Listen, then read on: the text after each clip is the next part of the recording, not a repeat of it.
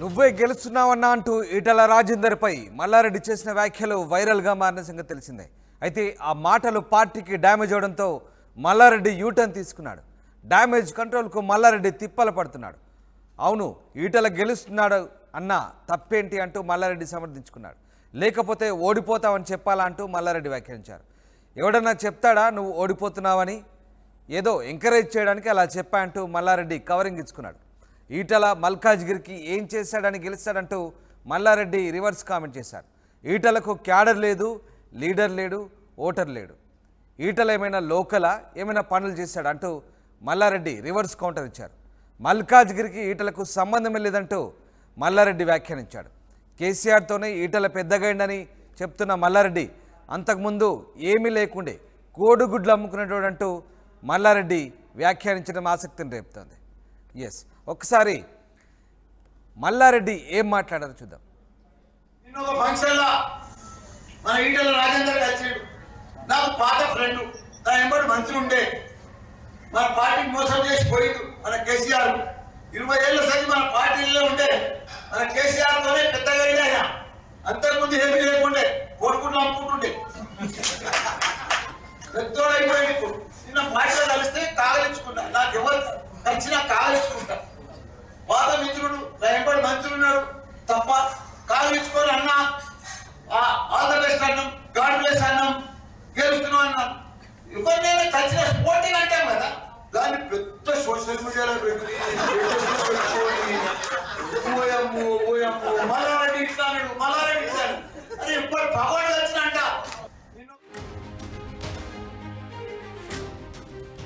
అయితే నిన్న ఓ వేడుక కార్యక్రమంలో మల్లారెడ్డి ఈటల ఎదురుపడ్డారు. నా కొడుకు సీటు గుంజుకున్నావన్నా, నువ్వే గెలుస్తున్నావంటూ సరదాగా ఈటలను ఉద్దేశించి మల్లారెడ్డి మాట్లాడిన వ్యాఖ్యలు వైరల్గా మారాయి. అసలు నిన్న మల్లారెడ్డి ఈటలను ఉద్దేశించి ఏం మాట్లాడారో ఒకసారి చూద్దాం.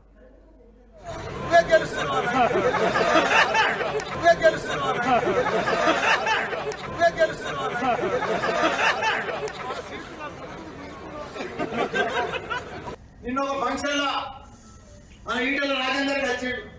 నాకు పాత ఫ్రెండ్, నా ఎంబడి మంత్రి ఉండే, మన పార్టీకి మోసం చేసి పోయిండు మన కేసీఆర్. 20 ఏళ్ళ సరి మన పార్టీలో ఉండే, మన కేసీఆర్తోనే పెద్దగా ఆయన. అంతకుముందు ఏమీ లేకుండే, కొడుకుని అమ్ముకుంటుండే, పెద్దోడైపోయింది. ఇప్పుడు నిన్న పార్టీలో కలిస్తే కాగలించుకుంటా, నాకు ఎవరు కలిసినా కాగలించుకుంటా. పాత మిత్రుడు, నా ఎంబడి మంత్రి ఉన్నాడు తప్ప కాగలించుకొని అన్నా ఆల్ ద బెస్ట్ అన్నాం, గాడ్ బ్లెస్ అన్నాం, గెలుస్తున్నాం అన్నాం. ఎవరినైనా కలిసిన స్పోర్టింగ్ అంటాం కదా, దాన్ని పెద్ద సోషల్ మీడియాలో మల్లారెడ్డి ఇట్లాడు, మల్లారెడ్డి ఇట్లాడు అని ఎప్పుడు భగవాన్.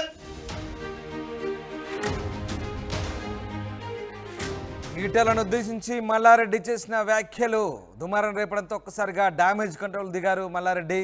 అందుకోసం తిప్పల పడుతున్నారు. ఒక్కసారిగా మల్లారెడ్డి యూటర్న్ తీసుకున్నాడు. ఏదో ఎంకరేజ్ చేయడానికి కలిసిన సందర్భంలో పలకరింపుగా మాట అన్నానంటూ మల్లారెడ్డి చెప్పుకొచ్చారు. ఎస్, మధు జైన్ అవుతున్నారు. మధు, ఒకసారిగా మల్లారెడ్డి వ్యాఖ్యలు పార్టీకి డ్యామేజ్ చేసేవిగా ఉండడంతో డ్యామేజ్ కంట్రోల్కు మల్లారెడ్డి ప్రయత్నిస్తారనుకోవచ్చు.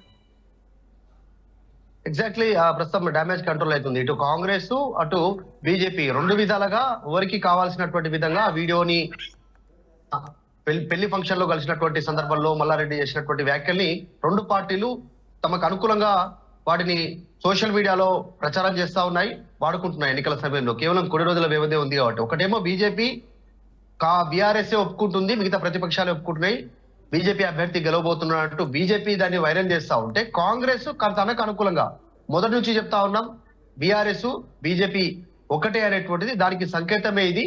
సో అక్కడ బలహీనమైనటువంటి అభ్యర్థిని పెట్టి బీజేపీ అభ్యర్థి గెలిచేలా బీఆర్ఎస్ వ్యవహరిస్తా ఉంది అనేటువంటిది కాంగ్రెస్ నుంచి సోషల్ మీడియా నుంచి వస్తున్నటువంటి విమర్శలు. సో ఈ నేపథ్యంలో ప్రస్తుతం ఈ డ్యామేజ్ కంట్రోల్ చేసేటువంటి విధంగా మల్లారెడ్డికి ఆదేశాలు అందాయి. దాంట్లో భాగంగానే ఆయన మళ్ళీ కౌంటర్ ఇచ్చారు. ఈటల రాజేందర్ ఒక పెళ్లి ఫంక్షన్ లో కలిస్తే మాట వరుసకి అన్నా అనాలా, అలా అనకూడదా? సాధారణంగా ఎవరు కలిసినా కూడా నువ్వు ఓడిపోతావు అనేటువంటి డైరెక్ట్ గా అనలేము కదా, మాట వరుసకి గెలుస్తావని చెప్పి మాట్లాడాము. అయినా ఈటలకు క్యాడర్ లేదు, లీడర్ లేరు, ఆయన నాన్ లోకలు.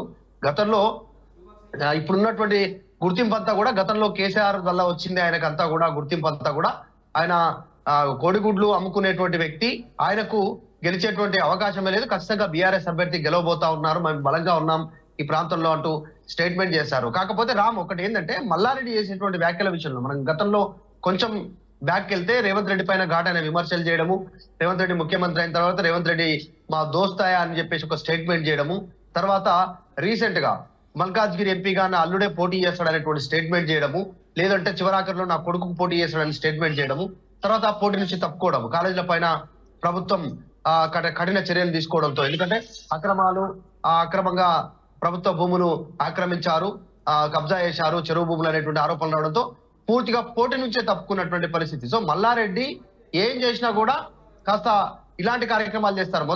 మొదలు పెడతారు, అనుకూలించట్లేదు అని తెలియగానే యూటర్న్ తీసుకుంటారు, పక్కకి వెళ్ళిపోతారు. మొత్తం ప్రత్యర్థులనైనా సరే ఆయన మాటలతో పొగుడతారు, తర్వాత వెంటనే మళ్ళీ దాన్ని ఖండిస్తూ ఇలాంటి వ్యాఖ్యలు చేస్తూ ఉంటారు. సో ప్రస్తుతానికి మాత్రం మల్లారెడ్డి ఆ రకంగా మాట్లాడలేదు, ఏదో మాట వరుస కన్నారు, ఈటల రాజేందర్ గెలిచే పరిస్థితి లేదు మల్కాజ్గిరిలో అంటూ మళ్ళీ డ్యామేజ్ కంట్రోల్ చేసుకునే ప్రయత్నం చేశారు. ఖచ్చితంగా బీఆర్ఎస్ అభ్యర్థి గెలుస్తాడంటూ మల్లారెడ్డి స్టేట్మెంట్ చేస్తా ఉన్నారు. గతంలో మల్లారెడ్డి చేసిన వ్యాఖ్యలు, ఇప్పుడు ఈ వ్యాఖ్యలు రెండు వైరల్ అవుతా ఉన్నాయి. ఎవరికి వారు అనుకూలంగా అన్ని పార్టీలు తమకి అనుకూలంగా మల్లారెడ్డి చేసినటువంటి వ్యాఖ్యల్ని, ఆ వీడియోల్ని అనుకూలంగా ప్రచారం చేసుకుంటున్నాయి ఎన్నికల ప్రచారం. Yes right, thanks for the update Madhu. ఇది మొత్తం మీద తన మాటలు పార్టీకి డ్యామేజ్ అవడంతో మల్లారెడ్డి యూటర్న్ తీసుకున్నాడు. డ్యామేజ్ కంట్రోల్కు మల్లారెడ్డి తిప్పలు పడ్డారు. అవును, ఈటల గెలుస్తున్నాడంటూ మాట వరుస కన్నానని, అయితే తప్పేంటంటూ సమర్థించుకునే ప్రయత్నం చేశాడు. ఈటల మల్కాజ్గిరికి ఏం చేశాడని గెలుస్తాడంటూ మల్లారెడ్డి సెటైర్లు వేశారు. ఈటలకు క్యాడర్ లేదు, లీడర్ లేదు, ఓటర్ లేడని, ఈటల ఏమైనా లోకల్ లీడరా, ఏం పనులు చేసి గెలుస్తాడంటూ మల్లారెడ్డి వ్యాఖ్యానించారు. మల్కాజ్గిరికి ఈటలకు సంబంధమే లేదన్న మల్లారెడ్డి కేసీఆర్తోనే ఈటల పెద్దగైందని, అంతకుముందు కోడిగుడ్లు అమ్ముకునేటంటూ మల్లారెడ్డి ఈటలపై సెటైర్లు వేశాడు. ఒక్కసారి నిన్న ఈటలను కలిసినప్పుడు మల్లారెడ్డి ఏం మాట్లాడారు, మళ్ళీ ఇవాళ ఏం మాట్లాడారో చూద్దాం.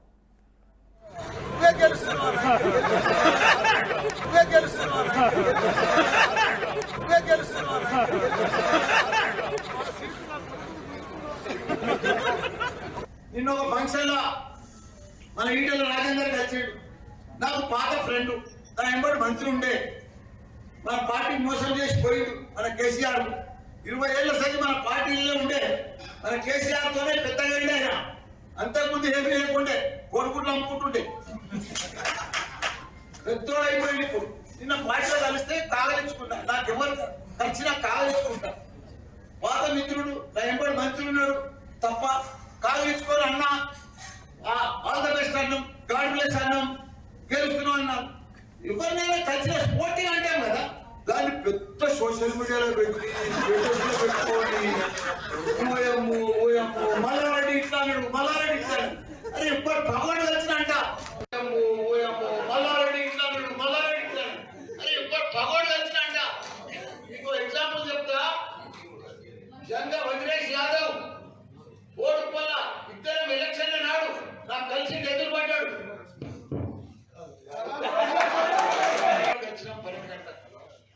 ఇద్దరం ఎదురుపడ్డాం డ్యామేజింగ్ గా ఓడుపల్ల. నేనే పోయినా, వాళ్ళకు ఫ్రెండ్షిప్ తెలియదు, స్నేహం తెలియదు, స్పోర్టీ తెలియదు. ఒక మొండి మనుషులు, ఒక రౌడీ లెక్క పొడిచేస్తావా, దొరికేస్తావా, గుర్తేస్తా. స్పోర్టీ ఉండాలి. ఎలక్షన్ అంటే వస్తూనే ఉంటాయి, కొట్లాడుతూనే ఉంటాయి, పోతూనే ఉంటుంది, గెలుస్తూనే ఉంటాయి, ఓడిపోతూనే ఉంటారు. అదంతా మామూలే. ఎలక్షన్ మామూలు, ఫ్రెండ్లీ. మనమంతా ఒకనాడు చంద్రయాదవ్ నేను ఎంపీ నిలబడ్డా, ఆయన ఎమ్మెల్యే నిలబడ్డాడు తెలుగుదేశంలో. మళ్ళీ ఆయన ఓడిపోయి నేను గెలిచిన. అదే ఫ్రెండ్షిప్ తోటి మొన్న గెలిచిన నా ఎలక్షన్లో ఎదురుపడ్డాం. కాగలించుకున్నా, నేనే పోయి కాగలించుకొని చంద్రయాదవ్ నువ్వే గెలుస్తున్నావు అని చెప్పి పెద్ద వైరల్ చేసాడు. నా పని ఏంటంటే అప్పటి మనకి ఎదుటి మనిషిని కృషి చేసే పని. మరి వదిలేసి గెలిచిందా, గీల పైన కూడా కనిపిస్తుంది.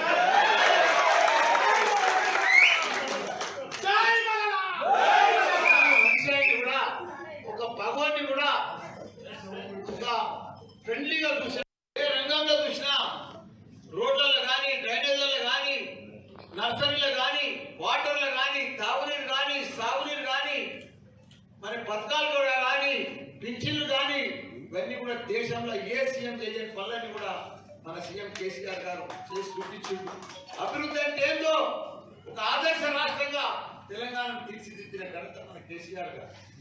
అసలు నేత కొద్దిగా ఏదో మొన్న ప్రజలు రూరల్లో కొద్దిగా 1.7% తక్కువ వచ్చింది కాబట్టి దానికి వాళ్ళు కాంగ్రెస్ వాళ్ళు ఆవుతలేరు.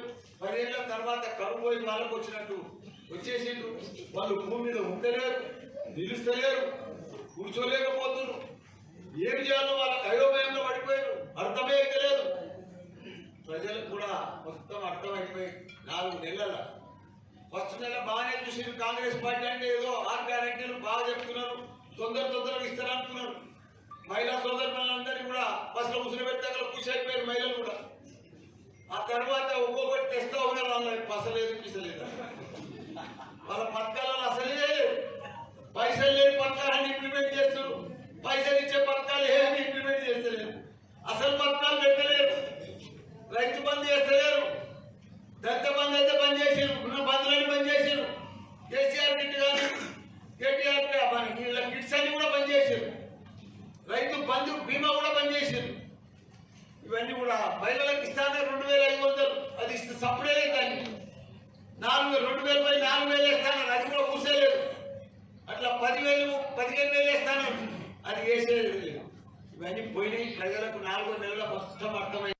మాటలు చెప్పింది ప్రభుత్వంలోకి వచ్చింది, మళ్ళా కూడా మోసం చేస్తారు. వీళ్ళకి తగిన బుద్ధి చెప్పాలని చెప్పి ఎంపీ ఎలక్షన్లో అందరం కూడా ప్రజలందరూ కూడా కంకణం పట్టినారు. కాంగ్రెస్ పార్టీకి బుద్ధి చెప్పాలి. ఇక బీజేపీ పార్టీ అంటేవా అది 10 ఏళ్ల సంది మోసం చేసుకుంటూనే వస్తున్నారు. కాకపోతే ఆ మోడీ ప్రభుత్వానికి భారతదేశంలో ఎవరు పోటీ లేరు. కాంగ్రెస్ బీజేపీ ఉంది ఇప్పటిదాకా. వీళ్ళు లేకపోతే వాళ్ళు వస్తుంది, వాళ్ళు లేకపోతే వీళ్ళు వస్తుంది.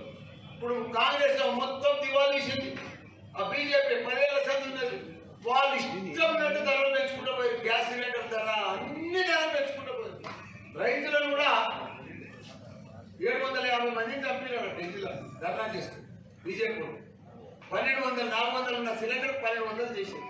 అన్ని పిడం చేసింది మన ప్రైమ్ మినిస్టర్. కాబట్టి వాళ్ళు మోసమే. 2 జాతీయ పార్టీలు మనకు మోసం చేశారు. 2 జాతీయ పార్టీలకు ఈసారి తగిన బుద్ధి మన ఎంపీ ఎలక్షన్లో గ్యారంటీ చెప్తారు. ఎందుకంటే ప్రజలంతా కరెక్ట్ గా అర్థం చేసుకున్నారు. ప్రజలకంతా కూడా ఆలోచన పర్ఫెక్ట్ ఉన్నది. ఎవరినైనా నమ్మేది కాదు. నమ్మకం అంటే కేసీఆర్ మీదనే.